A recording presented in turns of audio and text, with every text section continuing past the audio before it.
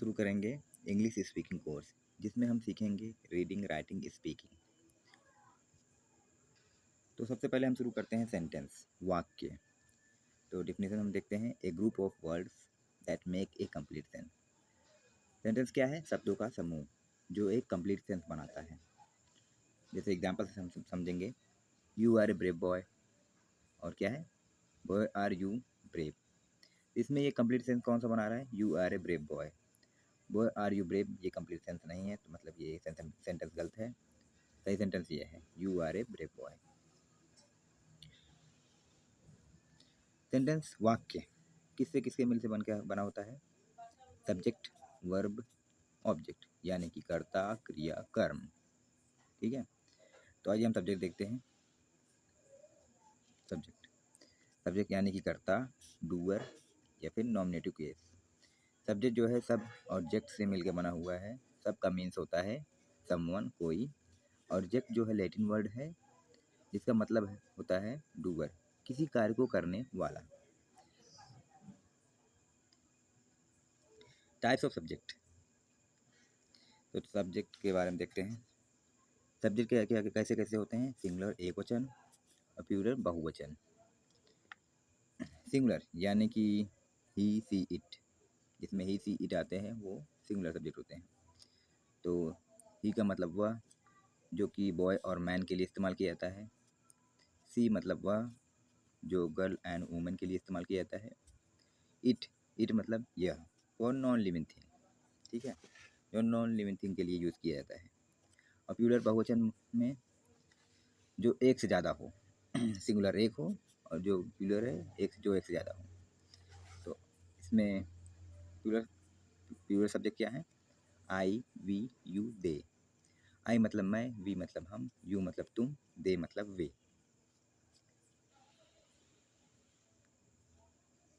तो देखते हैं हम, ही, सी, इट, आई, यू, वी, दे, ये है प्रोनाउन, सर्वनाम। और names of person, place, thing, animal, ये क्या है? संज्ञा, सर्वनाम। तो सब्जेक्ट कौन कौन से होते हैं? सभी नाउन सब्जेक्ट हैं, संज्ञा, सभी संज्ञा सब्जेक्ट हैं। प्रोनाउन सब्जेक्ट होता है, सर्वनाम। जीरंड, जीरंड मतलब क्रियावाचक। जीरंड मतलब जिसमें मेन वर्ब के फर्स्ट फॉर्म में आईएनजी लगा हो, उसको जीरंड कहते हैं। क्या कहते हैं? क्रियावाचक कहते हैं। और इन्फिनिटिव मतलब अनंत। इसमें टू के साथ मेन वर्ब का फर्स्ट फॉर्म हो तो उसको इन्फिनिटिव पर कहते हैं। ठीक है। क्लॉज क्या है?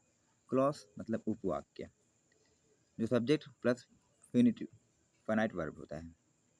मतलब क्लॉज क्या है? जो सब्जेक्ट साथ साथ फाइनाइट वर्ब हो। आइए हम एग्जांपल देखते हैं। तो देखते हैं हम example, reading is a good habit.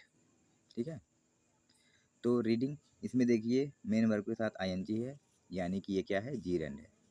क्या है ये? जीरंड। और to read is a good habit, to read किस में लगा रहता है? इन्फिनिटिव में। ये इन्फिनिटिव का एग्जांपल है। नाउन, नाउन मतलब संज्ञा। संज्ञा जो है जीरंड और इन्फिनिटिव के समान है। संज्ञा के समान क्या होता है? Gerund and infinitive. इसका भी जीरंड और इन्फिनिटिव का भी इस्तेमाल संज्ञा के समान ही किया जाता है। अब हम देखते हैं क्लॉज, उपवाक्य। उपवाक्य क्या है? क्लॉज क्या है? क्लॉज भी एक वाक्य है, सेंटेंस है, जो कि कर्ता और प्रेडिकेट से मिलकर बना हुआ है। कर्ता के साथ फाइनाइट वर्ब होता है, निश्चित क्रिया, जिससे मिलकर क्लॉज बनता है। तो आइए हम देखते हैं क्लॉज क्या है। क्लॉज का example, where she live is not known. वो कहाँ रहती है, ये हमको नहीं पता है। तो वेयर शी लिव क्या है? ये है क्लॉज। और ये क्या है? सिंगुलर सब्जेक्ट, सिंगुलर सब्जेक्ट है। और ये क्या है? वर्ब भी सिंगुलर ही है। ठीक है। प्रेडिकेट क्या होता है? वर्ब और ऑब्जेक्ट से मिलके बना होता है, क्रिया और कर्म से मिलके बना होता है। तो आइए हम देखते हैं, पहचानते हैं सब्जेक्ट और प्रेडिकेट को कैसे पहचानेंगे। जैसे एक एग्जांपल है, Ram is a famous person in our town. Ram is a famous person in our town, तो राम इसमें सब्जेक्ट है और predicate is a famous person in our town, ये क्या है, प्रेडिकेट है। दूसरा एग्जांपल देखते हैं, on the top of hill lives a hermit. इसमें जो है सब्जेक्ट आगे आ गया है, मतलब कि पीछे, और यहाँ पे प्रेडिकेट है। On the top of hill lives, ये प्रेडिकेट है, ए हर्मिट सब्जेक्ट है इसमें। हियर कम्स द बस, इसमें द बस सब्जेक्ट है और हियर कम्स प्रेडिकेट है। ठीक है, अब हम देखते हैं वर्ब के बारे में। हमने सब्जेक्ट देख लिया, अब हम वर्ब देखते हैं। वर्ब क्रिया, क्रिया क्या क्या है, हेल्पिंग वर्ब सहायक क्रिया और मेन वर्ब मुख्य क्रिया। सहायक क्रिया क्या है, नॉन एक्शन वर्ब, जो एक्शन नहीं करती। तो हेल्पिंग वर्ब देखते हैं क्या क्या है, is, am, are, was, were, have, had, will, shall, etc। और मेन वर्ब क्या है, एक्शन, जो एक्शन शो करे, जैसे eat, drink, bath, run, teach, play, ask, learn, etc।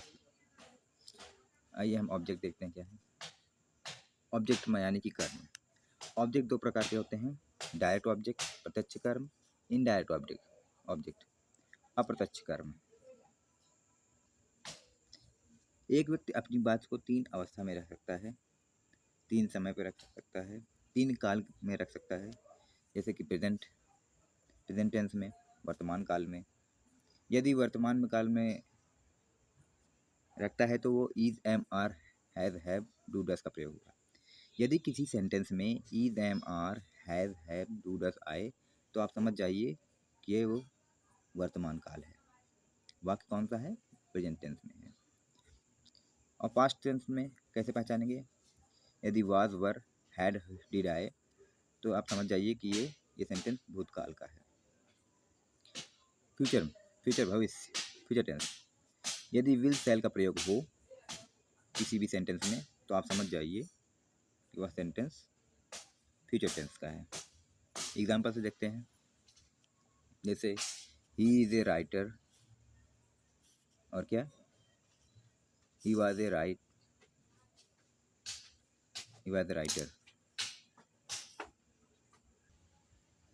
He will become a writer.